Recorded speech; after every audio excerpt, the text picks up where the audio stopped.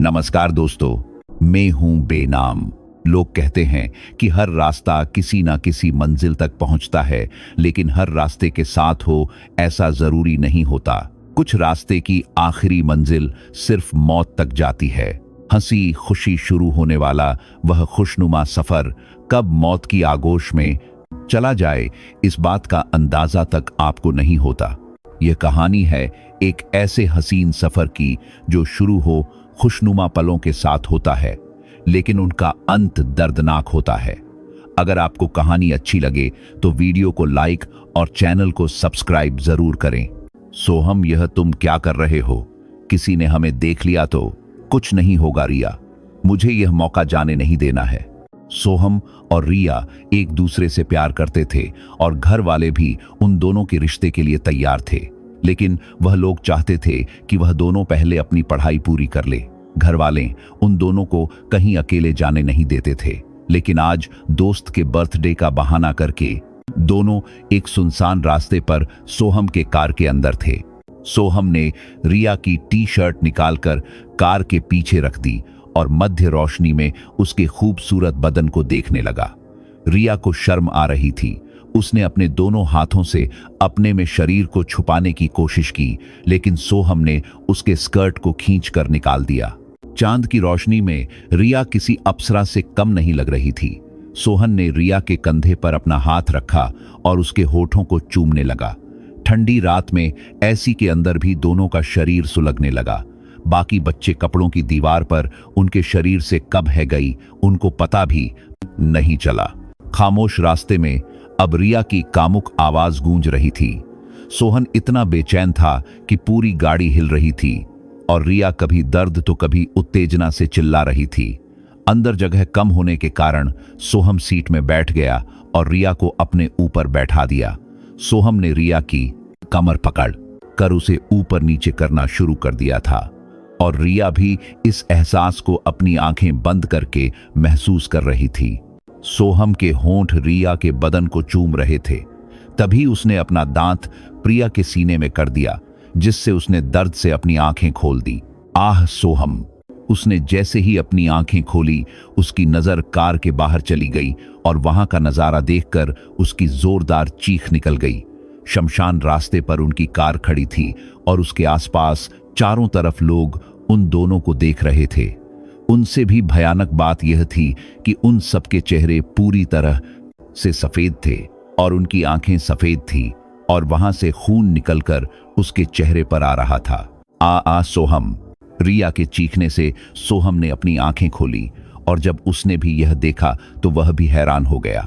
वह सब लोग अब अपने हाथ कांच पर मारने लगे और यह देखकर रिया ने डरते हुए कहा, सोहम जल्दी से यहां से चलो, मुझे डर लग रहा है। उन दोनों ने इस बात की भी चिंता नहीं, क्योंकि उनके शरीर पर कपड़े हैं या नहीं, बस वह वहां से किसी तरह से चले जाना चाहते थे। सोहम ने जल्दी से कार स्टार्ट की और आगे जाने की कोशिश करने लगा, लेकिन उसे डर लग रहा था, क्योंकि सामने भी कुछ लोग थे और कुछ लोग तो उसकी कार के ऊपर चढ़े हुए थे और कांच से कुछ भी नहीं दिख रहा था। सोहम जल्दी चलो यहां से, रिया ने सोहम को जोर से हिलाते हुए कहा। सोहम ने जल्दी से कार आगे बढ़ाई, लेकिन जो लोग उसके आसपास थे वह लोग उसकी गाड़ी से चिपके हुए थे। एक तो वह लोग आगे का कुछ दिखाने नहीं दे रहे थे, ऊपर से उन सब के चेहरे पर अजीब सी मुस्कान थी जिससे वह दोनों डर रहे थे। तभी उनकी कार एक पेड़ से जाकर टकरा गई। उसका मुंह से रास्ते पर अब कोई शोर सुनाई नहीं दे रहा था, यहां तक कि उन दोनों का शोर भी उनकी मौत ने बंद कर दिया था। 2 साल के बाद। दिया, जल्दी करो, इस लड़की को हमेशा वक्त लग जाता है। एक परिवार जिसमें माता पिता, उनकी बेटी दिया और उनके साथ मिताली, आरव और राज जो दिया के साथ उसके कॉलेज में ही पढ़ते हैं और उसके बहुत ही अच्छे दोस्त थे। वह सब लोग उनके पुराने गांव जाने के, जहां पर दिया के दादा दादी रहते थे। सब लोग घर के बाहर खड़े थे, लेकिन अभी तक दिया बाहर नहीं आई थी। सब लोगों ने अपना सामान पहले ही गाड़ी के अंदर रख दिया था और सब दिया का ही इंतजार कर रहे थे। कुछ देर के बाद दिया जल्दी से अपने साथ एक सूटकेस को लेकर आई और उसने कहा, सॉरी टाइम हो गया, चलो चलते हैं। क्या यार दिया, हम लोग हमारे घर से आधे घंटे पहले आ गए और तुम अभी तक अपने घर से तैयार होकर नहीं निकली हो। मिताली ने परेशान होते हुए कहा, क्योंकि वह लोग पिछले आधे घंटे से दिया का इंतजार कर रहे थे। दिया की मां सुमति और पिता नंदलाल भी कर की सीट पर पहले से ही बैठ गए थे। नंदलाल ने जोर से कहा, अब ज्यादा और टाइम वेस्ट मत करो और जल्दी से चलो, पहले ही हम लेते हैं। मां ने कहा था कि रात के समय मत आना, अंधेरा होने के पहले ही गांव पहुंच जाना। नंदलाल की बात सुनकर सब लोग कार के अंदर बैठ गए और नंदलाल के बाजू में बैठी हुई सुमति ने पूछा, लेकिन माझी ने ऐसा क्यों कहा? हम लोग तो पहले भी रात के समय ही वहां से आते थे, क्या पता हो सकता है कि वहां का रास्ता खराब हो। जब सब लोग अंदर बैठ गए तो नंदलाल ने जल्दी से ड्राइव करना शुरू कर दिया। उनका गांव करीब 5 घंटे की दूरी पर था और पहले ही वो लोग 11:00 निकल रहे थे। गाड़ी के अंदर सब लोग मस्ती कर रहे थे और अंताक्षरी खेलते हुए आगे जा रहे थे कि तभी अचानक नंदलाल की आंखों के सामने एक गाय का बछड़ा आ गया। गाड़ी आराम से आगे जा रही थी कि अचानक कहीं से गाय का बछड़ा बीच में आ गया और इसकी वजह से नंदलाल का स्टीयरिंग के ऊपर से बैलेंस बिगड़ गया और गाड़ी रास्ते से नीचे उतर गई। गाड़ी का बैलेंस अचानक बिखर जाने से सबकी सांस अटक गई और लड़कियों के मुंह से चीख निकल गई। जब गाड़ी नीचे उतरी और सब सही सलामत थे तो सबने राहत की सांस ली, लेकिन गाड़ी रास्ते से नीचे उतर गई थी और आसपास कोई दिख नहीं रहा था। बड़ी मुश्किल से वह लोग एक एक करके बाहर आए। तब नंदलाल ने दोनों रास्ते में दूर दूर तक देखा, लेकिन उनका कोई गाय का बछड़ा नहीं दिखा। आपको क्या हो गया था? आपने गाड़ी नीचे क्यों उतार दी? सुमति ने नंदलाल के पास आकर पूछा। सब लोग घबरा गए थे, लेकिन सब सुरक्षित था। यह जानकर सब इस बात से खुश थे। राज ने नंदलाल के पास आकर पूछा, अंकल आर यू ओके? आपको अचानक क्या हो गया था? नंदलाल ने रास्ते के दोनों तरफ देखा और रास्ते की दूसरी तरफ भी देख, क्योंकि उसे तरफ खाली मैदान था, लेकिन गाय का बछड़ा दिख नहीं रहा था। इसलिए उसने कहा, अरे अचानक गाड़ी के सामने गाय का बछड़ा गया था। नंदलाल की बात सुनकर सबने आसपास देखा, लेकिन उनको भी कुछ नहीं दिखाई दिया। मिताली ने एक लंबी सांस लेते हुए कहा, चलो छोड़ो यार, हो सकता है कि वह चला गया हो, लेकिन अब हम गाड़ी कैसे यहां से निकलेंगे? वह खड्डे में चली गई है। मिताली की बात सुनकर आरव ने देखा तो गाड़ी सच में रास्ते के बाजू में बने हुए खड्डे में उतर गई थी। यह देखकर उसने अपने सर पर हाथ रखते हुए कहा, सरकारी काम बराबर होता क्यों नहीं है? कम से कम यहां पर पत्थर तो रख देने चाहिए थे ताकि गाड़ी रास्ते से नीचे ना उतरे। अब शायद हमें धक्का मारकर ही काम चलाना पड़ेगा। सबको उसकी बात सही तो लग रही थी, क्योंकि आसपास कोई बस्ती नहीं दिख रही थी और ना ही कोई दुकान दिख रही थी। ऊपर से वहां से गाड़ी भी कोई नहीं गुजरी थी। बोलो कुछ देर तक वही इंतजार करते रहे, लेकिन उनका कोई मदद नहीं मिली। उसके बाद नंदलाल, आरव और राज ने गाड़ी को धक्का मारकर बाहर निकालने की भी कोशिश की, लेकिन गाड़ी एक तो वजनदार थी और ऊपर से खड्डा कुछ ज्यादा ही नीचे था। 2:00 बजे से शाम के 5:00 बज गए थे, लेकिन उनको ना कोई मदद मिल रही थी और ना ही उनका कोई उम्मीद लग रही थी। ऊपर से सुनसान रास्ते पर उनके फोन का नेटवर्क भी काम नहीं कर रहा था। आखिर 5:00 बजे वहां से ट्रक निकला और बश कर रही थी। फिर जाकर उनको मदद मिली। ट्रक ड्राइवर एक अच्छा इंसान था। उन्होंने गाड़ी को रस्सी बांधी और खींचकर उसे बाहर निकाल। खुश होकर नंदलाल ने ट्रक ड्राइवर को पैसे देने की कोशिश की, लेकिन उसने शॉपिंग कर दिया और फिर पूछा, आप लोग किधर जा रहे हैं आगे? जी, हम लोग मानसूरा गांव जा रहे हैं। वहां पर मेरे माता पिता रहते हैं, उन्होंने बुलाया है। गांव का नाम सुनकर ट्रक ड्राइवर थोड़ा सा परेशान दिख। फिर उसने कहा, साहब अगर आप मेरी बात मानो तो एक सलाह दे सकता हूं। क्या भैया, आपने हमारी इतनी मदद की है, आप हमें कुछ भी कह सकते हो। नंदलाल की फ्रेंडली बात सुनकर ट्रक ड्राइवर ने धीरे से कहा, सब उसे गांव में जाने के लिए जो पक्का रास्ता आता है ना, आप वहां मत जाना। अगर मेरी बात मानो तो आप कच्चे रास्ते से जाना, वह रास्ता ज्यादा सुरक्षित है। नंदलाल को ट्रक ड्राइवर की बात थोड़ी अजीब लगी, क्योंकि सब लोग रात के समय पक्के रास्ते से जाने की बात करते हैं और यह ड्राइवर उनको कच्चे रास्ते से जाने की सलाह दे रहा था। क्योंकि उसने उनकी मदद की थी, इसलिए वह उसे कुछ कहना नहीं चाहते थे। इसलिए उन्होंने कहा, जी बिल्कुल, हम देखेंगे। ट्रक ड्राइवर कुछ देर के बाद वहां से चला गया और अब सब लोग वापस गाड़ी के अंदर बैठ गए। सुमति ने नंदलाल के आने पर पूछा, क्या कह रहा था वह ट्रक ड्राइवर? अरे कुछ नहीं, वह कह रहा था कि कच्चे रास्ते से जाना पक्का रास्ता सेफ नहीं है। पीछे बैठी हुई दिया ने पूछा, लेकिन उसने उल्टी सलाह क्यों दी? नंदलाल ने सिर्फ अपने दोनों कंधे ऊपर किया और गाड़ी चालू कर दी। सब लोग का भूखे मारे बुरा हाल हो गया था, क्योंकि सब लोग बहुत देर से वहां पर बैठे हुए थे। इसलिए आगे जाकर उनको एक ढाबा दिखाई दिया, इसलिए वह लोग वहीं रुक गए। वह सब लोग बाहर कर नाश्ता पानी कर रहे थे। ऐसे में मिताली ने आरव को इशारे से बाजू में बुलाया। मिताली बाथरूम का बहाना बनाकर वहां से चली गई और कुछ देर के बाद आरव भी बहाना बनाकर वहां से चला गया। ढाबा रास्ते पर था और उसके कुछ दूरी पर गाड़ी रखने की जगह बनाई गई थी। मिताली वहीं पर आरव का इंतजार कर रही थी। मिताली खड़ी हुई थी कि किसी ने उसकी आंखों पर अपने हाथ रख दिए। हाथों का स्पर्श होते ही उसके चेहरे पर मुस्कान आ गई और उसने कहा, आरव मस्ती करना बंद करो, मुझे तुम्हारे साथ कुछ प्यार भरे पल बिताने हैं। क्योंकि एक बार हम गांव चले गए तो हमें अलग अलग रहना होगा। तुम्हें याद है ना, दिया ने बता था कि उनके गांव में शादी से पहले प्यार व्यार नाम का कुछ नहीं होता। मिताली, तुम किसके साथ बात कर रही हो? मिताली को आ रहा हूं कि आवाज कुछ दूर से आई। उसने हिरण होकर पीछे देखा तो उसके पीछे कोई नहीं था और कुछ दूरी पर खड़ा था। मिताली ने अपनी आंखों के ऊपर अपना हाथ रख, क्योंकि कुछ देर पहले ही तो किसी ने उसकी आंखों पर हाथ रखा था, लेकिन पीछे पलटते ही वह नहीं था। आरव, तुम कब आए? कब आएगा क्या मतलब है? तुम्हारे सामने ही तो आया हूं।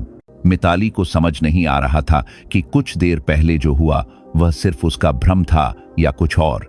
वह ज्यादा कुछ सोच पाती उसके पहले ही आराम ने उसको गले से लगा लिया और उसके होठों पर अपने हाथ रखकर उसे किस करने लगा। आरव की मस्ती से मिताली कुछ देर पहले जो हुआ वह सब कुछ भूल गई और उसका साथ देने लगी। दोनों के होंठ आपस में चिपके हुए थे और उनकी सुबह आपस में खेल रही थी और दोनों के हाथ एक दूसरे की पीठ और गर्दन में घूम रहे थे। मिताली की आंखें बंद थी। जब उसने किस करते हुए अपनी आंखें खोली तो उसने देखा कि कुछ लोग दूर से उन दोनों को पेड़ के पीछे से देख रहे थे। कुछ दूरी पर होने से मिताली ज्यादा कुछ नहीं देख पाई, लेकिन उन लोगों के चेहरे पर अजीब सी मुस्कान थी। यह देखकर मिताली ने आरव को दूर धकेल दिया। मिताली ने अचानक धक्का दे दिया था, इस वजह से आरव ने उसकी तरफ देखकर हैरानी से पूछा, क्या हुआ तुमको अचानक? क्या तुम्हें मैं पसंद नहीं हूं? जब मिताली ने वापस उस जगह पर देखा तो वहां कोई नहीं था। बस शायद उसका वही बताइए सोचकर मिताली ने आरव के पास आकर कहा, मुझे लगा कि हमें कोई देख रहा है। आरव ने अपने आसपास देखा, लेकिन वहां उसे कोई नहीं दिखाई दिया। आरव के चेहरे पर गुस्सा और नाराजगी साफ दिखाई दे रहे थे। इसलिए मिताली ने फिर से उसे किस करने की कोशिश की, लेकिन अब आरव ने उसे दूर करते हुए कहा, क्या यार, सारा मूड स्पॉइल हो गया, चलो चलते हैं, सबका हो गया होगा। इतना कहकर आरव वहां से चला गया और न चाहते हुए भी मिताली भी उदास होकर उसके पीछे पीछे चलने लगी। सबके बीच में आकर दोनों ने चेहरे पर जबरदस्ती स्माइल आई हुई थी। हम लोगों का खाना हो गया था और साथ में भी उन लोगों ने थोड़ा सा खाना ले लिया था, क्योंकि पहले ही वह लोग लेट थे और गांव पहुंचते पहुंचते हैं उनको और समय लगने वाला था। वहीं पर उनको 7:00 बज गए थे। अभी तो उनका गांव और 4 घंटे दूर था। धीरे धीरे आते हुए वह लोग पहले की तरह अंताक्षरी खेलते हुए आगे बढ़ रहे थे। अब रात के 9:00 बज गए थे और चारों तरफ अंधेरा फैला हुआ था। उनका गांव कुछ 0 बज गए थे। वह कालों पाल की बात के लिए पूरा खानी दूरी पर था और उसे तरफ बड़ी मुश्किल से ही गाड़ियां निकलती थीं। इस समय सिर्फ उनकी ही गाड़ी आगे बढ़ रही थी। अंधेरे से बने हुए पूरे रास्ते में सिर्फ उनकी गाड़ी की लाइट चमक रही थी, बाकी सब जगह सिर्फ अंधेरा था। यह पहली बार नहीं था कि वह लोग रात के समय ड्राइव कर रहे थे, इसलिए किसी को कोई चिंता नहीं थी। नंदलाल ने अच्छे से अपनी पूरी नींद ले ली थी, इसलिए उनकी आंखों में नींद का कोई नाम और निशान नहीं था। तभी वह लोग उसी रास्ते पर आकर रुक गए जहां पर एक रास्ता पक्की सड़क से जा रहा था और दूसरा रास्ता कच्ची सड़क से जा रहा था। नंदलाल ने वहीं पर गाड़ी रखी और घड़ी की तरफ देखा तो अब 9:45 हो गए थे। उनको पता था कि कच्चा रास्ता बहुत ज्यादा पड़ा था, खराब हालत में था और रात के समय तो वहां जाना यानी कि खुद को खतरे में डालना और गाड़ी को तो पूरी तरह से मौत के मुंह में डाल देना। तुम लोगों का क्या ख्याल है, हमें किस रास्ते से आगे बढ़ना चाहिए? नंदलाल ने एक तरफ पीछे बैठे हुए बच्चों की तरफ देखकर पूछा। उनके पीछे चारों लोग बैठे हुए थे, जहां पर दोनों खिड़की की तरफ लड़के बैठे हुए थे और बीच में लड़कियां बैठी हुई थी। राज, जो काफी समय से चुप था, उसने कहा, अंकल, आपने ही तो कहा था कि ट्रक ड्राइवर ने बताया था कि पक्का रास्ता सेफ नहीं है, तो हमें कच्चे रास्ते से जाना चाहिए। नंदलाल ने राज की तरफ देखा और कहा, तुम्हारी बात तो सही है, लेकिन कच्चा रास्ता बहुत खराब है और वहां पर हमें और भी मुसीबत का सामना करना पड़ सकता है।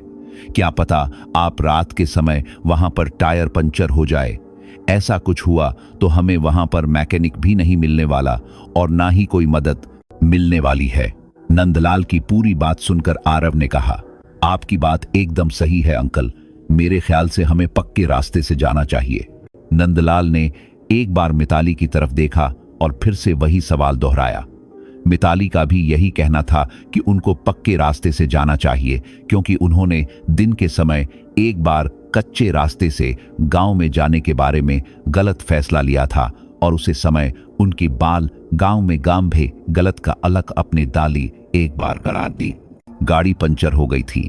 नंदलाल ने गाड़ी टर्न की और पक्के रास्ते पर गाड़ी आगे बढ़ा दी। सब कुछ शांत लग रहा था। गाड़ी एकदम आराम से आगे बढ़ रही थी। अब तो नंदलाल को भी लगने लगा कि शायद वह ट्रक ड्राइवर उसके साथ मजाक कर रहा था या फिर उसने कुछ गलत समझ लिया होगा। वो रास्ता सुरक्षित और काफी आरामदायक था। उन लोगों ने अभी सिर्फ 15 मिनट गाड़ी आगे बढ़ाई थी कि अचानक एक जोरदार आवाज के साथ गाड़ी रुक गई। गाड़ी रुकने के बाद सब लोग शांत बैठे हुए थे और सबकी नजर सामने की तरफ थी। उनको समझ नहीं आ रहा था कि गाड़ी अचानक क्यों रुक गई। सुनिए, गाड़ी क्यों रुक गई? सुमति ने डरते हुए अपने पति की तरफ देखकर पूछा। नंदलाल यह समझने की कोशिश कर रहे थे कि वह आवाज किस चीज की थी और अब तो उनको डर भी लगने लगा था, क्योंकि पहले ही उनके दिमाग में ट्रक ड्राइवर के बाद घूम रही थी।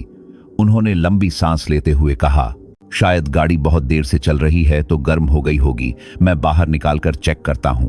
कहते हुए नंदलाल ने दरवाजा खोलने की कोशिश की ही थी कि पीछे बैठी दिया ने कहा, नहीं नहीं पापा, आप अकेले मत जाओ, क्या पता आप यहां पर कोई लुटेरे पहले से मौजूद हो। शाहिद को ट्रक ड्राइवर यहां पर छुपे हुए चोर और लुटेरों के बारे में बात कर रहा हो। सब लोग दिया की बात से सहमत थे, क्योंकि उनकी गाड़ी कंटिन्यू नहीं चली थी। वह लोग बीच में रुक भी रहे थे। उन्होंने पेट्रोल फुल करके रखा था और सारी स्टेपनी चेक करके ही वह लोग घर से निकले थे, इसलिए गाड़ी में कोई खराबी होने की गुंजाइश ना के बराबर थी। दिया, इस राइट अंकल, एक काम करते हैं, मैं आपके साथ चलता हूं। आरव, तू गाड़ी में रुक, ठीक है? आरव ने सहमति में अपना सर हिलाया और राज नंदलाल के साथ गाड़ी के बाहर निकल गया। चारों तरफ कब्रिस्तान के जैसी खामोशी थी। बीच बीच में किसी जानवर के गुर्राने की आवाज आ रही थी, लेकिन वह इतनी दूर थी कि उनका कोई खतरा महसूस नहीं हो रहा था। खामोशी एक एहसान करपी के बीच में हवा का एक ठंडी हवा का झोंका इस तरह से गुजर कर जाता था कि सबकी रह कब जा रही थी। नंदलाल और राज ने कर के बुने को खोला और उसमें मुसीबत की जड़ को ढूंढने की बहुत कोशिश की, लेकिन वहां पर ऐसा कुछ नहीं था जिसकी वजह से गाड़ी रुक गई हो। उन लोगों ने चारों टायर भी चेक करके देखे, लेकिन वहां पर भी कोई परेशानी नहीं थी। अंकल, यहां पर तो कोई परेशानी नजर नहीं आ रही है। मुझे लगता है कि आपको एक बार और गाड़ी चालू करने की कोशिश करनी चाहिए। सब कुछ चेक करने के बाद राज ने कहा। नंदलाल को भी उसकी बात सही लग रही थी, इसलिए बोल वापस अंदर बैठ गए और अंदर बैठने ही सबने यही सवाल पूछना शुरू किया कि क्या परेशानी है। परेशानी की तो कोई बात नहीं लग रही है, हम गाड़ी चालू करके देखते हैं। मन ही मन ऊपर वाले को याद करके नंदलाल ने चाबी घुमाई। सब लोग मन ही मन है यही प्रार्थना कर रहे थे कि गाड़ी चालू हो जाएगी, और शायद उनके प्रार्थना की ताकत से ही गाड़ी चालू हो गई। गाड़ी चालू होते ही सब लोग खुश हो गए और फिर से गाड़ी आगे बढ़ने लगी। गाड़ी अभी चालू हुई थी कि राज की नजर दूर अंधेरे में गई, जहां पर उसे कोई दिखाई दे रहा था। जब उसने ध्यान से देखा तो वह एक लड़की थी जो उन लोगों को अपने दोनों हाथों पर करके कुछ बताने की कोशिश कर रही थी। दूर होने की वजह से राज ठीक से देखा नहीं पाया, लेकिन फिर भी यह साफ था कि वह एक लड़की थी और उनसे कुछ कह रही थी। 1 मिनट अंकल, लगता है किसी को हमारी मदद चाहिए। राज की आवाज सुनते ही नंदलाल ने गाड़ी रोकी, लेकिन बंद नहीं की, और फिर पीछे देखकर पूछा, राज, यहां पर हमारे आसपास कोई भी नहीं है, फिर किसको हमारी मदद चाहिए?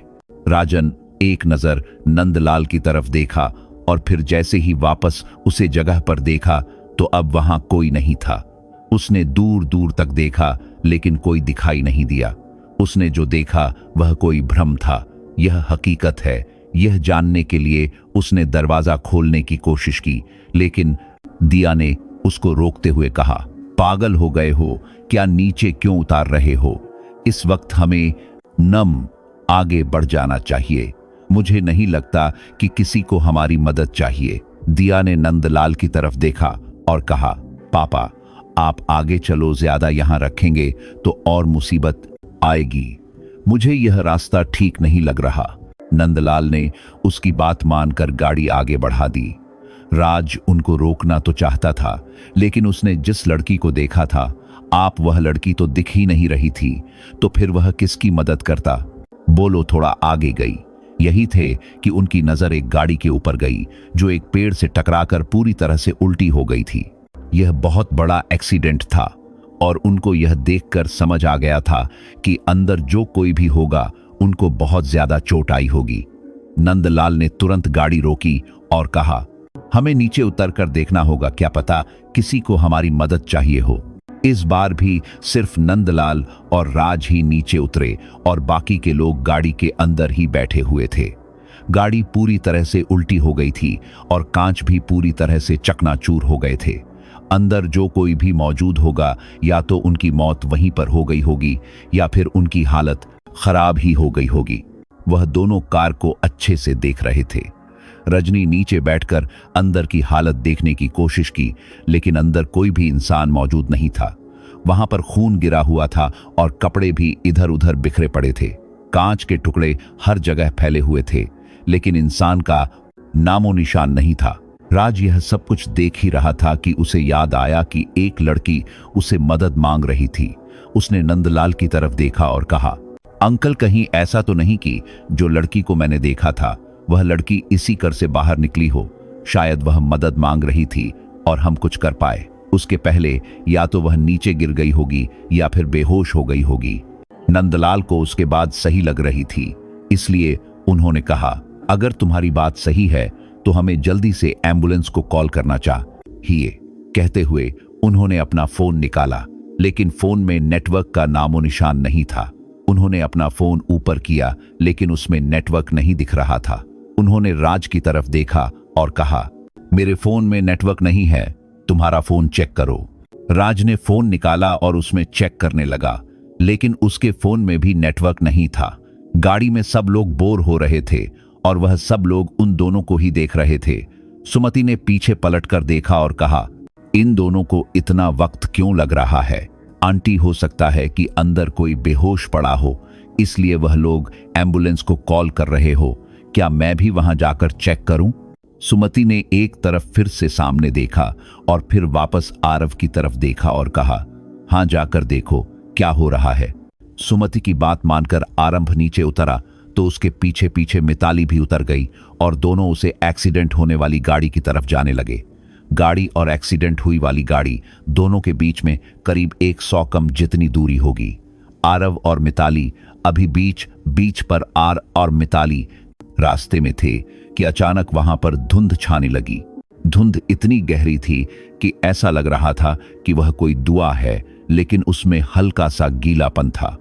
वह इतनी गहरी थी कि बाजू में क्या हो रहा है वह तक दिख नहीं रहा था। वह पूरा रास्ता सफेद चादर जैसा बन गया था, जिसमें क्या हो रहा है वह कुछ नहीं दिख रहा था। गाड़ी के अंदर बैठी हुई दिया और सुमति को भी नहीं दिख रहा था कि दूसरी तरफ क्या हो रहा है। समिति में जल्दी से सारे कांच बंद करने को कहा ताकि अंदर नमी ना आ जाए। कुछ देर के बाद जब सब सामान्य हुआ तो वह दोनों यह देखकर हैरान हो गए कि कुछ देर पहले जहां एक्सीडेंट हुआ था वहां पर अब कुछ नहीं था। यहां तक कि पूरे रास्ते में उनकी गाड़ी के अलावा कोई नहीं था। इतना ही नहीं, अब गाड़ी के बाहर राज, नंदलाल, आरव और मिताली भी नहीं थे। ऐसा लग रहा था जैसे कि उसे धुंध ने सबको अपने अंदर निगल लिया है। यह क्या हो रहा है? तुम्हारे पापा और तुम्हारे दोस्त कहां गए? सुमति ने दिया की तरह देखकर घबराते हुए पूछा। दिया खुद भी इतनी घबराई हुई थी कि उसे कुछ समझ नहीं आ रहा था। गाड़ी खोलकर बाहर जाने लगी, लेकिन सुमति में घबराते हुए उसका हाथ पकड़ा और कहा, नहीं नहीं, तुम बाहर मत निकालना। देखा नहीं, वह सब लोग गायब हो गए। अगर तुम्हें कुछ हो गया तो। लेकिन मॉम, हमें जाकर चेक करना पड़ेगा ना। यहां बैठे बैठे थोड़ी कुछ होने वाला है। ऐसा नहीं था कि दिया की बात गलत थी, लेकिन यह सब देखने के बाद सुमति डर गई थी। लेकिन फिर भी हिम्मत करते हुए उसने कहा, अगर ऐसा है तो तुम अंदर बैठोगी, मैं बाहर देखने जाऊंगी। सुमति नहीं चाहती थी कि दिया को कुछ भी हो जाएगी, इसलिए वहीं रिस्क लेने के लिए तैयार हो गई। लेकिन मैंने कहा ना, मैं बाहर जा रही हूं और तुम इधर ही बैठोगी। तुम्हें कम करो, तुम आगे आ जाओ ड्राइविंग सीट के ऊपर, वह भी अंदर से। सुमति को डर लग रहा था कि अगर उसने दरवाजा खोला तो कोई मुसीबत कार के अंदर ना आ जाए। दिया दुबली पतली लड़की थी, इसलिए थोड़ी देर की मशक्कत के बाद वह ड्राइविंग सीट के ऊपर आ गई। वैसे तो दिया अभी सिर्फ ड्राइविंग सीख ही रही थी, लेकिन सुमति को तो ड्राइविंग आती ही नहीं थी, इसलिए सिर्फ दिया ही थी जो थोड़ा बहुत ड्राइविंग करना जानती थी। मेरी बात ध्यान से सुनो। जैसे ही मैं बाहर निकलूंगी तुम दरवाजा बंद कर देना और तुम यहां से बाहर नहीं निकलेगी। अगर तुम्हें कहीं जाना पड़ा तो गाड़ी ड्राइव करके चलना। दिया सिर्फ अपना सर हिलाकर रह गई। सुमति ने गाड़ी के हैंडल को घुमाया और दरवाजा खोलना ही वाली थी कि अचानक दरवाजे की कांच में एक अजीब सा दिखने वाला इंसान आकर खड़ा हो गया। वह इतनी जल्दी आकर खड़ा हो गया था कि सुमति के हाथ हैंडल पर ही रह गए, यानी कि दरवाजा खुला हुआ था। उसे आदमी का चेहरा एकदम काला था और आंखें इतनी बड़ी थी, ऐसा लग रहा था कि कुछ ही समय में उसकी आंखें बाहर आ जाएगी। उसके चेहरे पर एक अजीब सी मुस्कान थी जो ना कोई खुशी की थी और ना ही कोई गम की, बल्कि वह कुछ अजीब ही था। उसकी नजर दिया के ऊपर थी और वह दिया के पूरे शरीर को ऐसे देख रहा था जैसे कि वह उसको खा जाएगा। मॉम, दरवाजा बंद करो। दिया की आवाज से यशोमती जैसे नींद में से जागी हो, उसे जल्दी से दरवाजा खींचकर बंद किया और लॉक लगा दिया। दोनों इतनी डर गई थी कि दोनों ने एक दूसरे को कसकर पकड़ हुआ था और दोनों की ही नजर उस आदमी के ऊपर ही थी। दोनों उस आदमी को देख ही रहे थे कि तभी उनको दूसरी तरफ की खिड़की में उनको तेज आवाज आई। दोनों ने डरकर दूसरी तरफ देखा तो वहां पर भी एक आदमी था जिसकी भी सूरत करीब उस आदमी के जैसे ही थी। तभी उनको गाड़ी के चारों तरफ वैसे आवाज से आने लगी, पूरी तरह से इन लोगों से घिर गए थे। ऐसी वाली गाड़ी में भी उनको तेज गर्मी लग रही थी। उनका शरीर डर के मारे कांप रहा था। दिया, जल्दी गाड़ी को चालू कर और निकल यहां से। लेकिन पापा और मेरे दोस्त, दिया किसी को भी छोड़कर जाना नहीं चाहती थी। सुमति ने उसकी तरफ देखा और कहा, इस समय यह सारी बातें सोचने का नहीं है। अगर हम लोग यहां पर रुके तो पता नहीं यह लोग हमारे साथ क्या करेंगे। देख नहीं रही, इनकी आंखों में सिर्फ वासना में दिखाई दे रही है। दिया समझ गई कि सुमति क्या कहना चाहती है। उसने जल्दी से गाड़ी चालू की, लेकिन बोलकर से दूर होने का नाम नहीं ले रहे थे। दिया ने हॉर्न बजाकर उनको भगाने की भी कोशिश की, बोलो कुछ नहीं सुन रहे थे। तभी दिया ने गाड़ी को इतनी जोर से घुमाया कि वह लोग गाड़ी से दूर गिर गए। उन लोगों के पास यही एक मौका था। दिया ने जल्दी गाड़ी सामने की तरफ ना लेते हुए पीछे की तरफ ली और फिर वह गाड़ी आगे चलाने लगी। लेकिन वह शायद यह नहीं जानती थी कि मुसीबत से कितना भी पीछा छुड़ाने की कोशिश करो, वह हमेशा हमारे पीछे परछाई की तरह रहती ही है। जब उनको लगा कि सब कुछ ठीक है तो दिया ने गाड़ी रोक दी। दोनों ही लंबी लंबी सांसें ले रहे थे और खुद को शांत करने की कोशिश कर रहे थे। जब उनको लगा कि सब ठीक है तो दिया नहीं अपना मोबाइल फोन निकाल ताकि वह मदद के लिए पुलिस को फोन कर सके, लेकिन उसके फोन में कोई नेटवर्क नहीं था।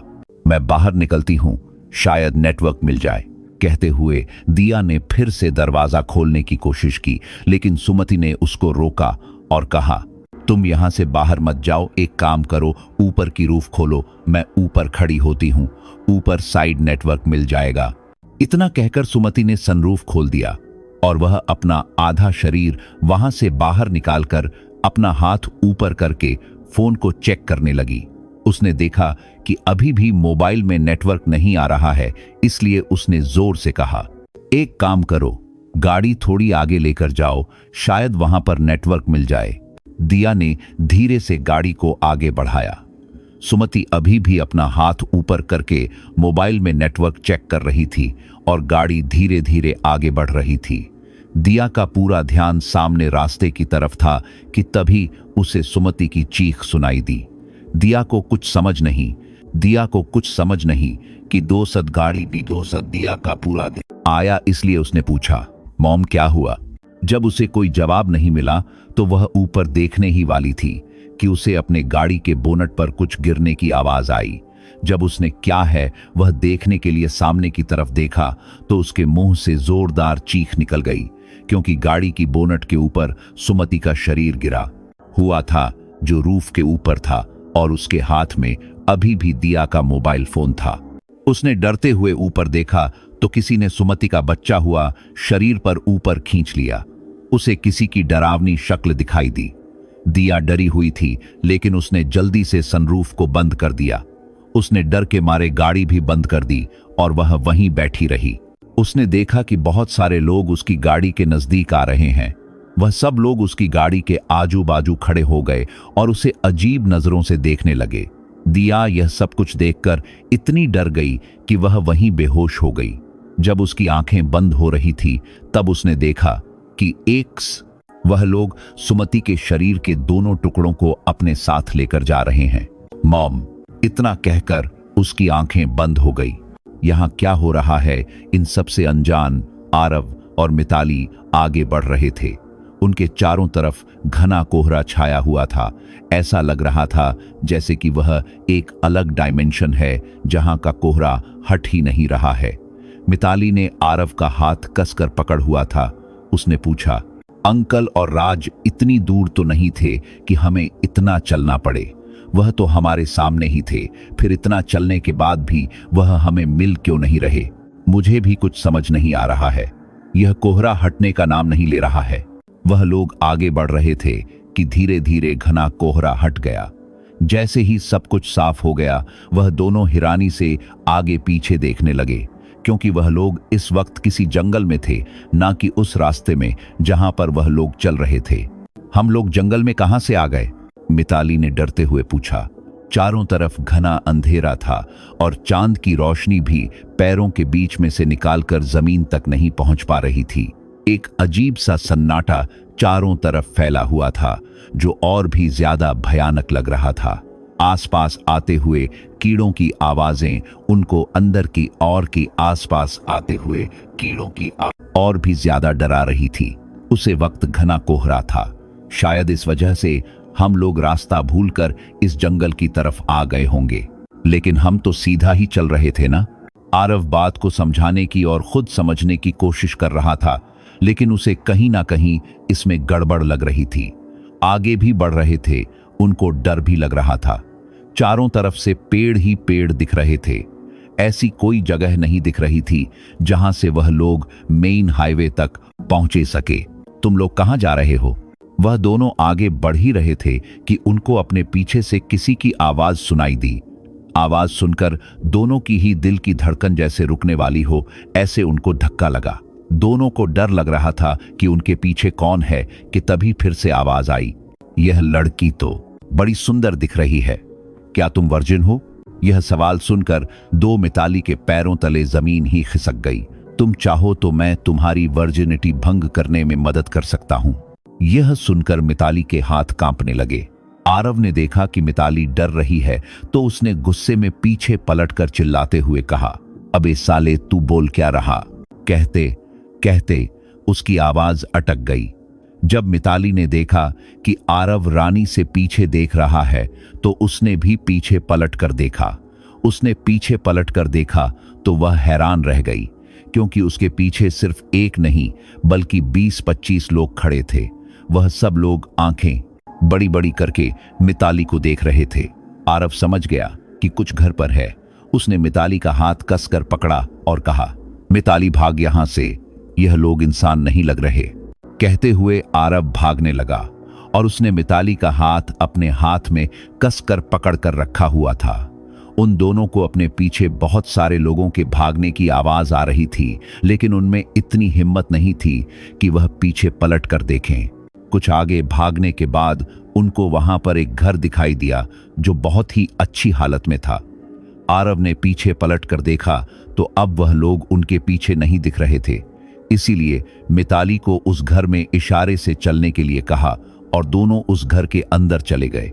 घर अच्छी कंडीशन में था, लेकिन पूरी तरह से खाली था और ऊपर से घर के बाहर कोई ताला भी नहीं लगा हुआ था और न ही कोई नेम प्लेट थी। दोनों पूरे घर को देखने लगे। वहां पर लाइट भी चल रही थी और जरूरत में आने वाली हर चीज वहां पर मौजूद थी। दोनों उसे घर को देख रहे थे, तभी मिताली की नजर दीवार पर गई जहां पर कुछ तस्वीरें लगी हुई थी। तस्वीर में एक खूबसूरत सी लड़की थी जिसके साथ उसका बॉयफ्रेंड या फिर उसका हस्बैंड भी था। दोनों बहुत ही खुश लग रहे थे। पूरे दीवार में उन दोनों की ही अलग अलग पोज में तकपारा को तस्वीर थी जिसमें वह दोनों ही खुश और आनंदित लग रहे थे। लगता है कि यह दोनों इस घर के ऑनर है, मिताली ने उस तस्वीर की तरफ देखकर कहा। आरव ने एक बार खिड़की से बाहर की तरफ देखा और यह देखकर उसे राहत मिली कि और वहां कोई नहीं है। मिताली तस्वीर देखते हुए आगे बढ़ चुकी थी और अब तक उन दोनों को यह समझ आ गया था कि गर्मी इस वक्त कोई नहीं है, क्योंकि घर में न कोई लाइट थी और न ही किसी के होने का कोई आसार नजर आ रहा था। मिताली ने एक कमरा खोला और अंदर जाकर देखा तो वहां पर दीवार में कुछ पेपर कटिंग लगे हुए थे, जिसमें एक न्यूज दिखाई दे रही थी जहां पर एक लड़की का बेरहमी से बलात्कार हुआ था। मिताली को किसने उसके बारे में ज्यादा कुछ पता नहीं था। उसने एक न्यूज दिखाई दे रही थी, कटिंग अपने हाथ में ली और कहा, आरव, क्या तुम इस न्यूज के बारे में कुछ जानते हो? आरव वहां पर आया और उसने एक न्यूज़पेपर अपने हाथ में लिया और उसे पर एक नजर डालते हुए कहा, मुझे ठीक से कुछ याद नहीं है, लेकिन मैंने कुछ सुना था कि एक लड़की का हाईवे के पास बलात्कार हुआ था और 8 से 10 लोगों ने उसके साथ कुकर्म किया था। जहां तक मुझे याद है वह लड़की सरवाइव नहीं कर पाई थी। मिताली ने पूरे कमरे को ध्यान से देखा और फिर आरव की तरफ देखकर पूछा, लेकिन यह कटिंग यहां पर क्यों है? आरव ने कटिंग मिताली के हाथ मिला और उसे वापस टेबल पर रख दिया।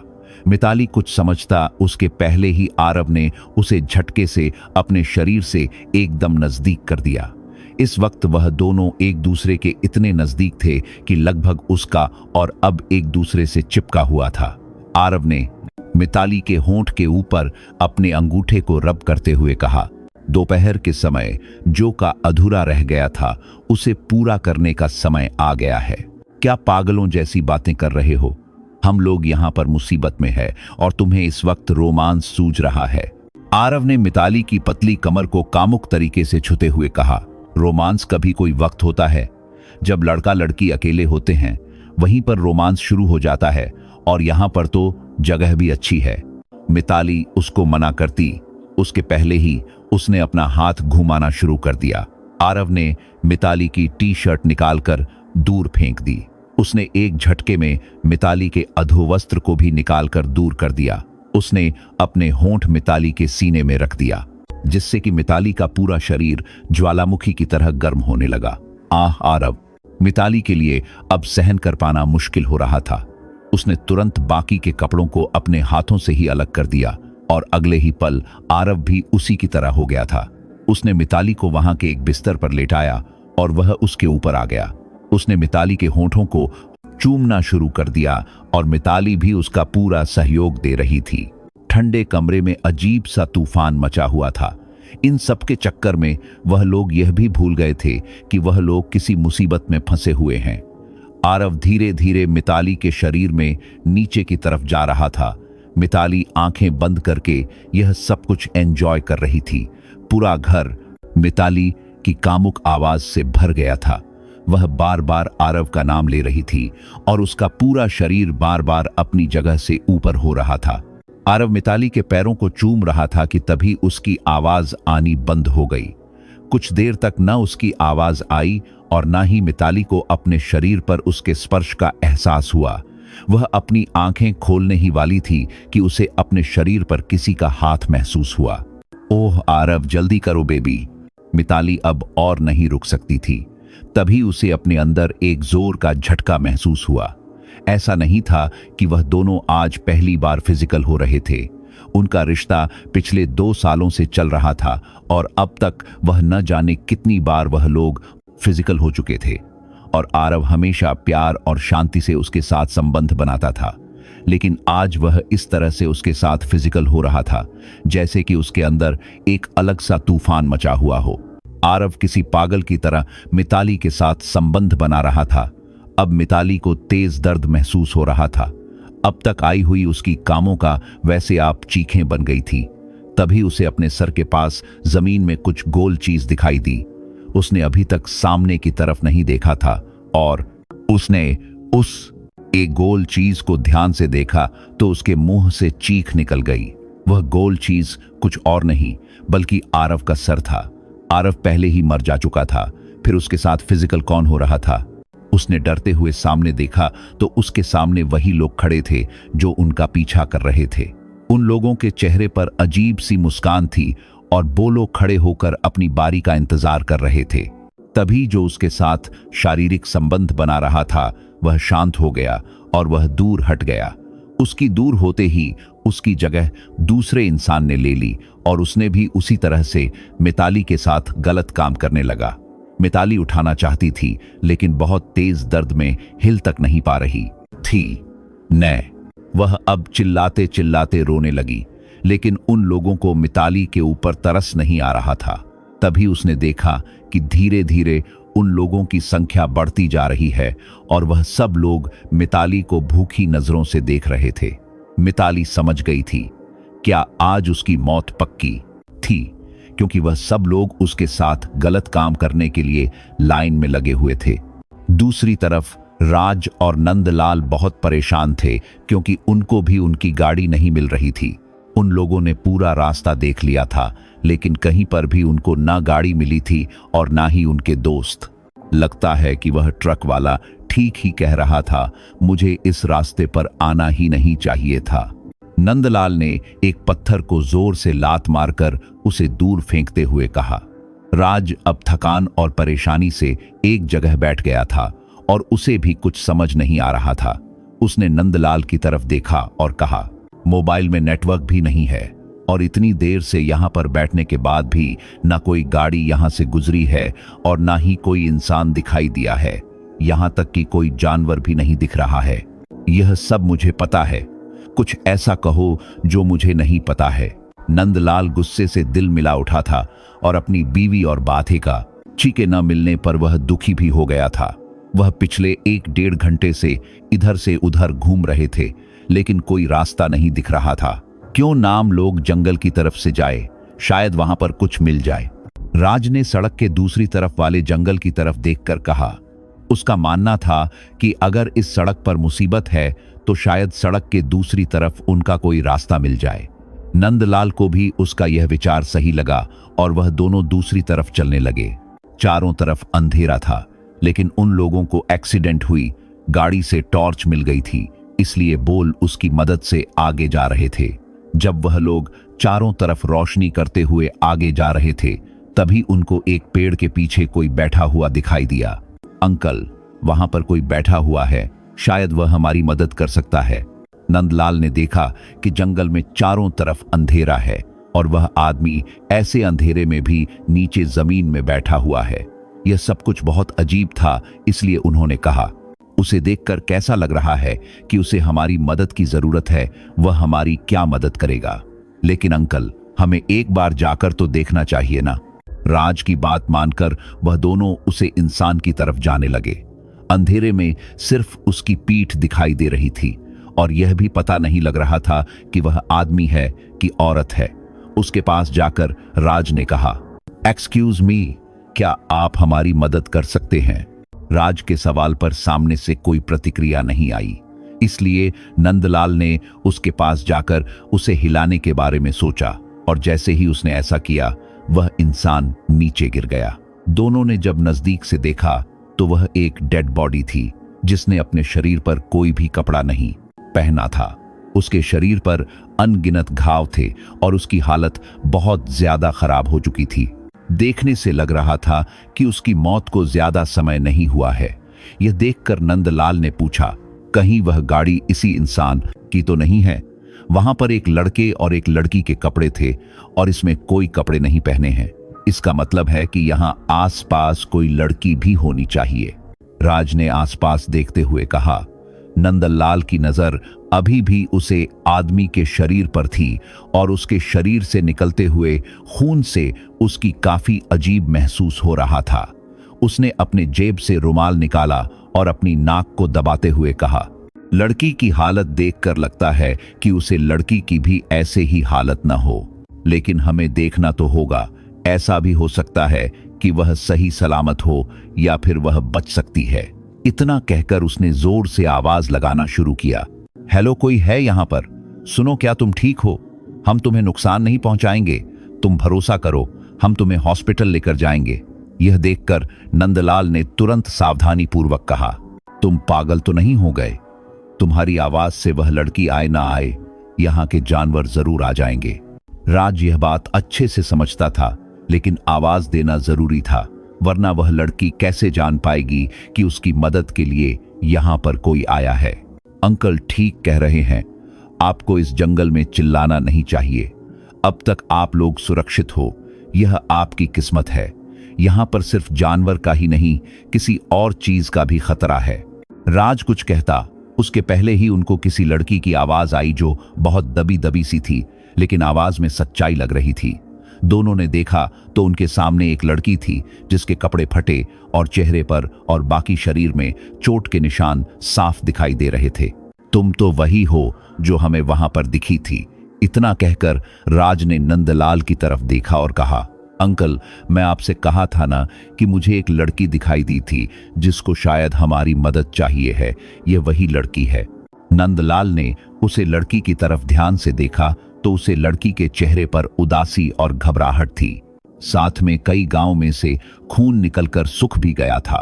उस लड़की के कपड़े फटे हुए लग रहे थे, लेकिन वहां पर तो एक लड़की के पूरे कपड़े पड़े हुए थे। फिर उसने तो कपड़े पहने हुए हैं। क्या सच में तुम वही लड़की हो? क्या फर्क पड़ता है कि यह वही लड़की है या नहीं? जरूरी यह है कि इस मदद की जरूरत है। राज की यह बात सुनकर उसे लड़की के चेहरे पर एक सुकून भरी मुस्कान आई और उसने कहा, तुमने सही कहा, मुझे तुम्हारी मदद की जरूरत है और तुम शायद एक काम कर सकते हो। राज और नंदलाल को उसकी कोई बात समझ नहीं आ रही थी, इसीलिए उसे लड़के ने दोनों को समझाते हुए कहा, करीब 2 साल पहले यहाँ सब कुछ ठीक था, कुछ भी गलत नहीं होता था। यह रास्ता आम रास्ता की तरह समान था, लेकिन कुछ महीना पहले यहाँ ऐसा कुछ हो गया जिसके कारण सब कुछ बदल गया। नंदलाल भी इस बात से सहमत थे, क्योंकि वह हमेशा इस रास्ते का इस्तेमाल करते थे। वैसे पिछले 3-4 सालों से वह अपने माँ के पास उनके घर नहीं जा पाए थे। जब वह पहले यहाँ से जाते थे तो ऐसा कुछ नहीं होता था। एक बार तो वह लोग रात के समय ही गए थे, लेकिन उनके साथ कोई अच्छा नहीं हुआ था। इसका मतलब यह था कि वह लड़की जो कह रही थी वह एकदम सही बात थी। पिछले कुछ महीनों से ही यह सब कुछ हो रहा है। दरअसल इस जंगल के बीच में एक सुंदर घर है जिसे मानव ने अपनी पत्नी सारा के लिए खरीदा था। सर को हमेशा नेचर के करीब रहना पसंद था, इसलिए मानव ने वह घर उसके लिए बनाया था। मानव सारा को सरप्राइज देना चाहता था, इसलिए उसने वह घर बनाया और अपनी पत्नी को, जो शहर में रहती थी, लोकेशन भेज दी और उसकी पत्नी उसे घर के लिए चली गई। बीच में उसका टायर पंचर हो गया और इस वजह से उसे यहां तक आते आते रात हो गई। उससे भी बुरी बात यह हो गई कि उसे लोकेशन नहीं मिल रही थी, इसलिए उसने गाड़ी रास्ते के एक तरफ कड़ी की और लोकेशन ढूंढने लगी। वह रास्ते के एक सूचर जनबातान एक तरफ खड़ी थी। तब एक बड़ी गाड़ी वहां से गुजरी जिसमें 6 से 7 लड़के थे जिन्होंने शराब पी हुई थी और शायद ड्रग भी लिया था। कुछ मदद चाहिए, क्या जाने मन।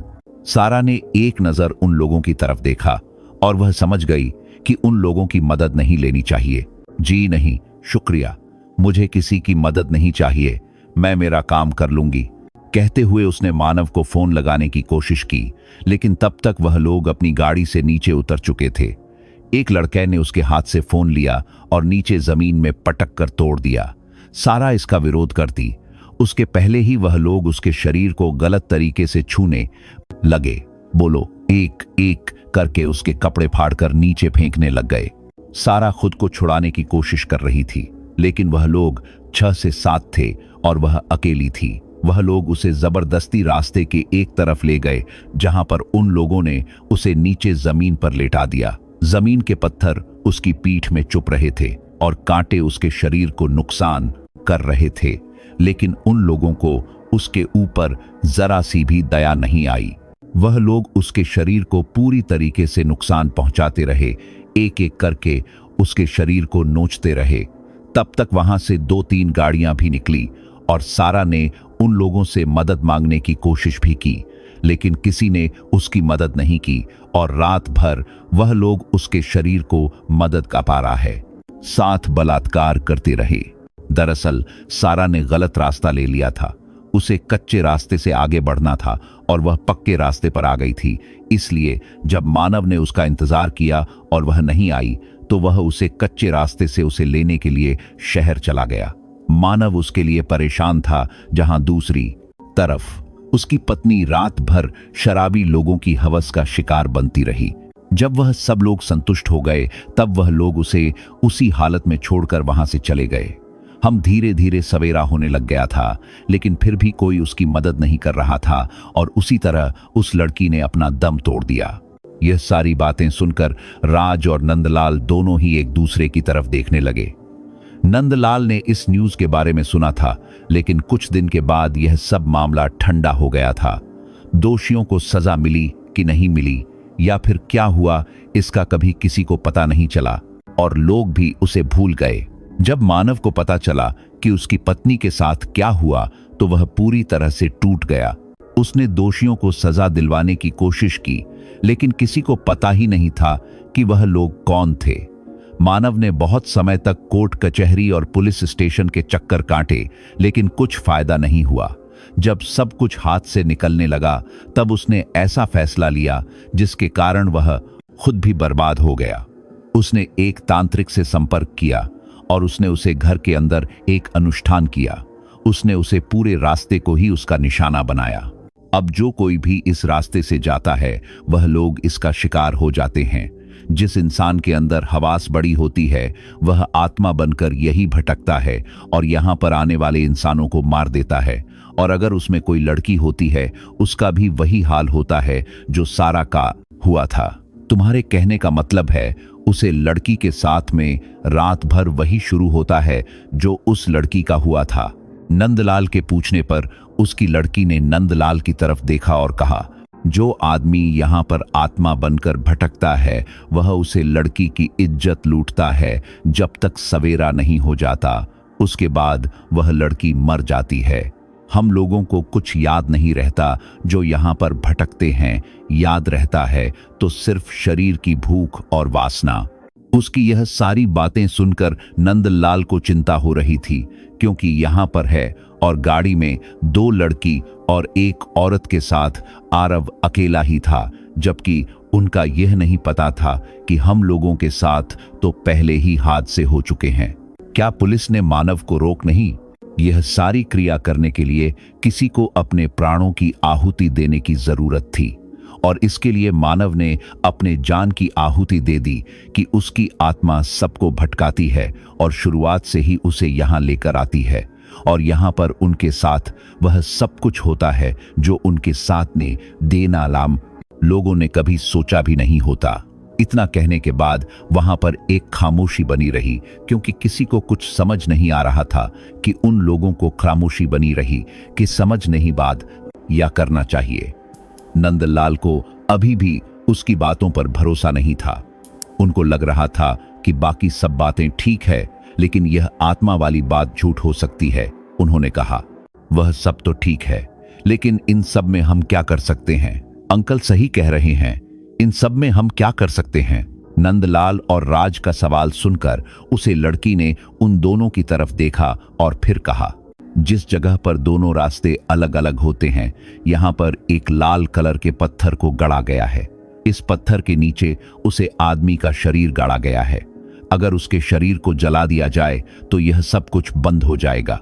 उसके बाद तुम लोग भी यहां से आजाद हो जाओगे। उसकी यह बात सुनकर दोनों इसके बारे में सोचने लगे। उन लोगों को ज्यादा कुछ नहीं करना था, सिर्फ उसे जगह पर जाना था और उसके शरीर को निकालकर उसे जलाना था। लेकिन क्या यह काम उतना आसान था जितना वह लोग सो रहे थे? लेकिन तुम्हें इन सब के बारे में इतना कैसे पता? मुझे किसी ने बताया था जो यहां पर पहले फंसा हुआ था। वह सब छोड़िए, और अगर इस जगह से आजाद होना चाहते हैं तो उसे पत्थर के नीचे खुदाई करो और वहां से वह मुर्दा शरीर जला दो। नंदलाल ने राज के हाथ को पकड़ा और थोड़ा आगे लेकर गया।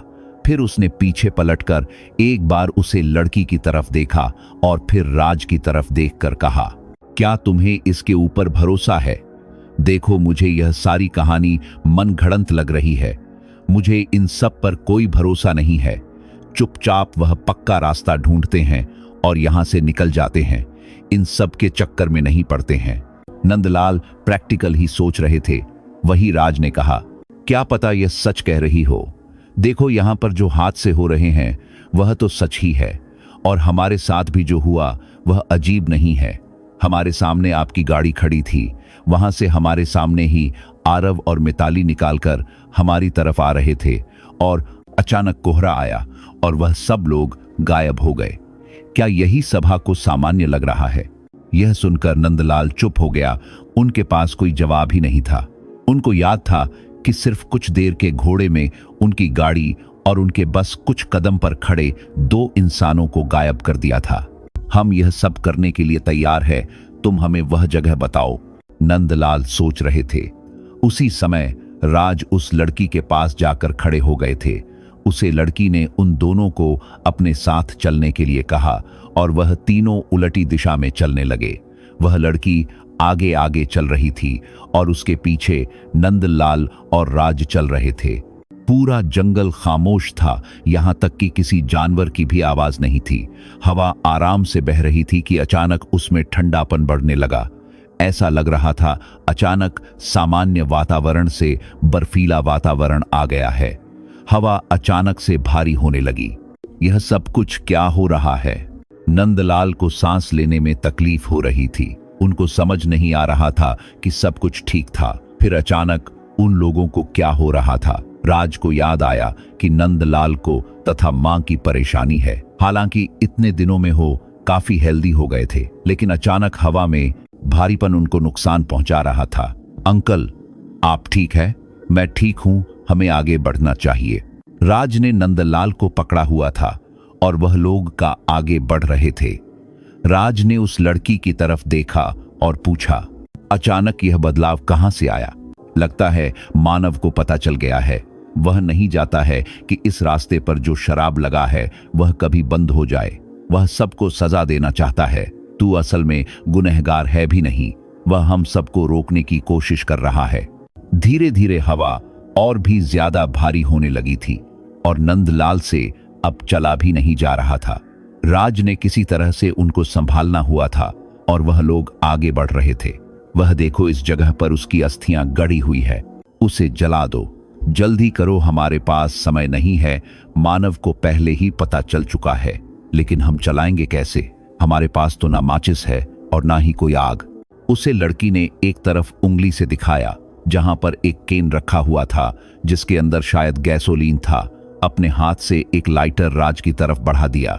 वह लड़की वहां पर अपनी पूरी तैयारी के साथ आई थी। यह देखकर नंदलाल और राज दोनों को ही हैरानी हुई। राज ने नंदलाल को एक जगह पर बिठाया और खुद उस जगह की तरफ जाने लगा। उसे समझ नहीं आ रहा था कि वह लोग एक छोटे से ट्रिप के लिए निकले थे और वह लोग किसी मुसीबत में फंस गए थे। सब लोग अलग अलग हो गए थे और किसके साथ क्या हो रहा है इसका किसी को अंदाजा नहीं था।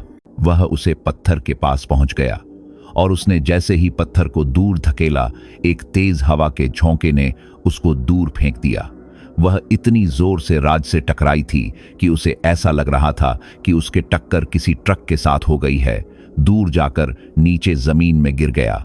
उसे बहुत ज्यादा चोट आई थी और हैरानी की बात यह थी कि उसे कोई नजर नहीं आ रहा था, लेकिन ऐसा लग रहा था कि कोई उसके आसपास खड़ा है और उसे गुस्से से देख रहा है। रज ने अपने आसपास देखा। वहां कोई मौजूद तो नहीं था, लेकिन राज किसी की प्रेजेंस महसूस कर पा रहा है।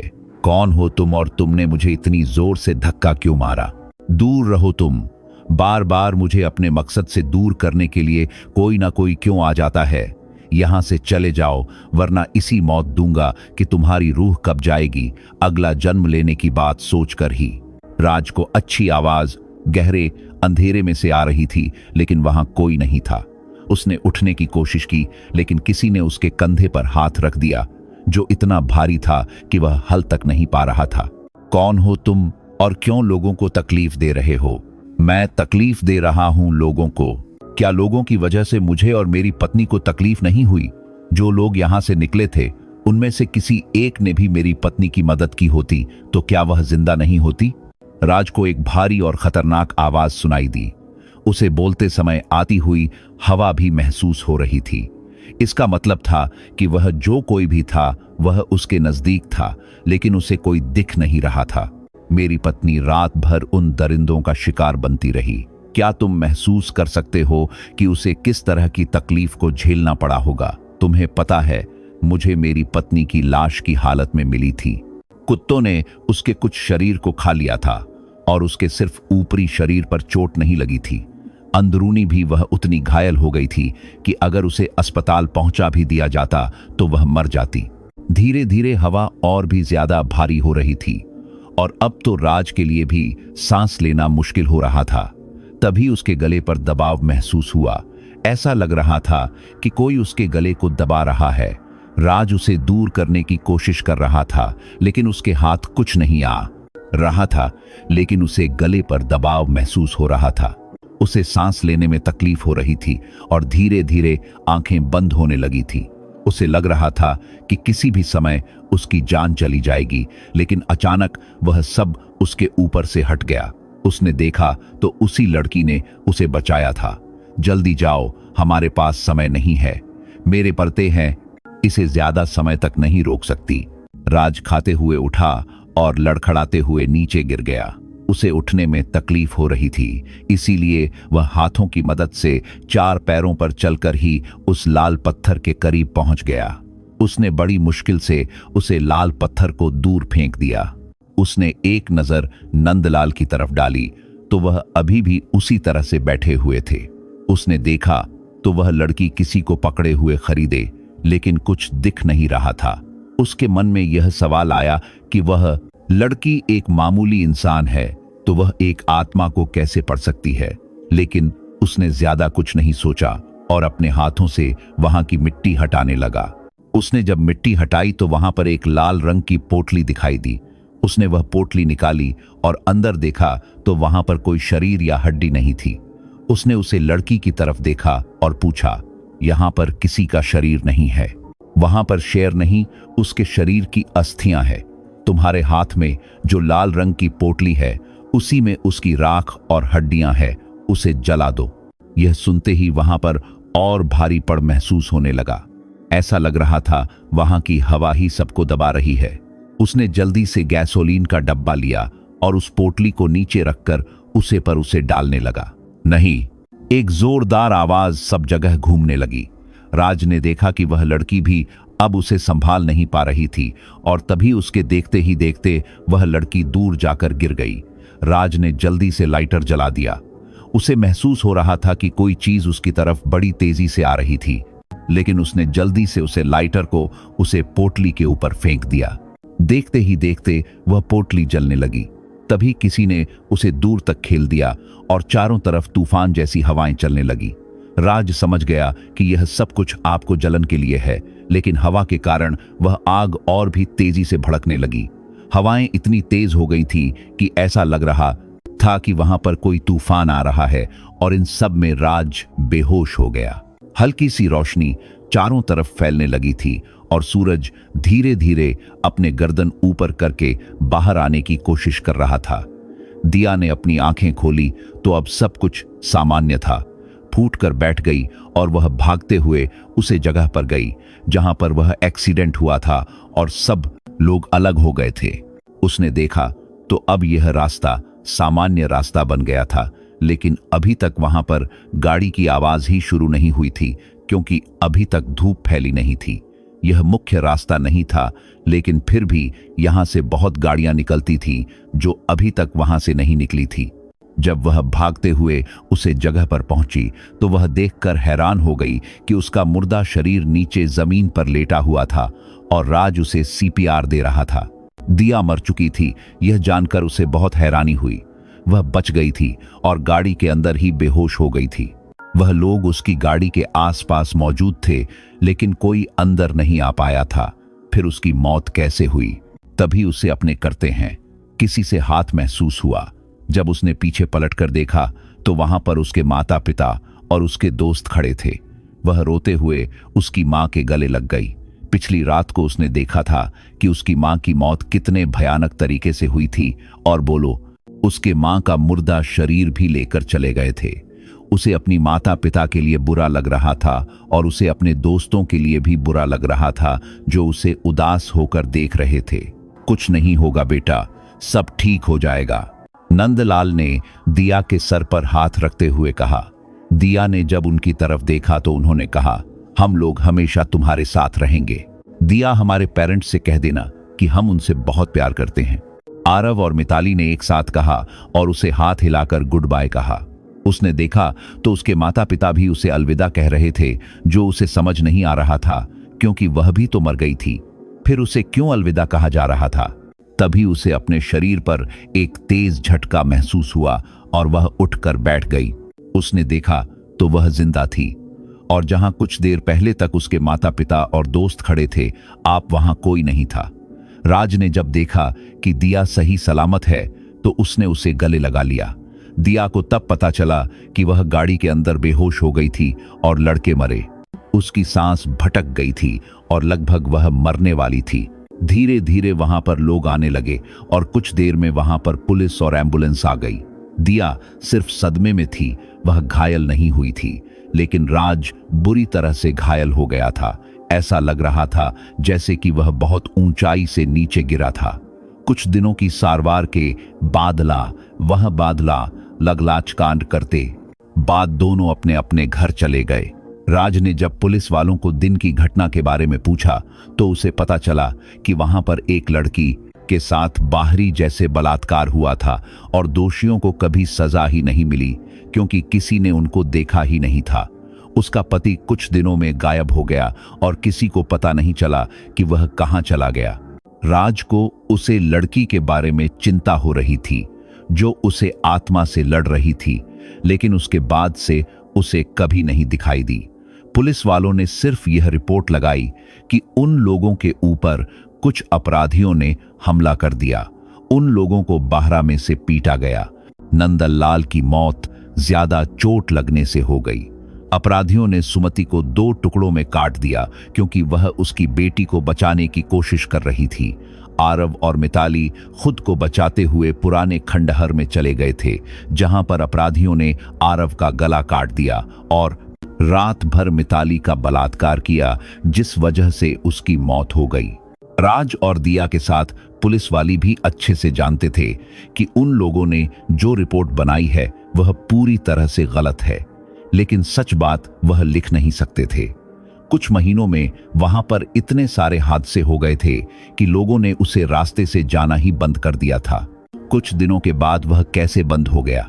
कुछ महीनों बाद राज उसे जगह वापस गया और उसने उसे घर को ढूंढ लिया जो पूरी तरह से खंडहर में तब्दील हो गया था।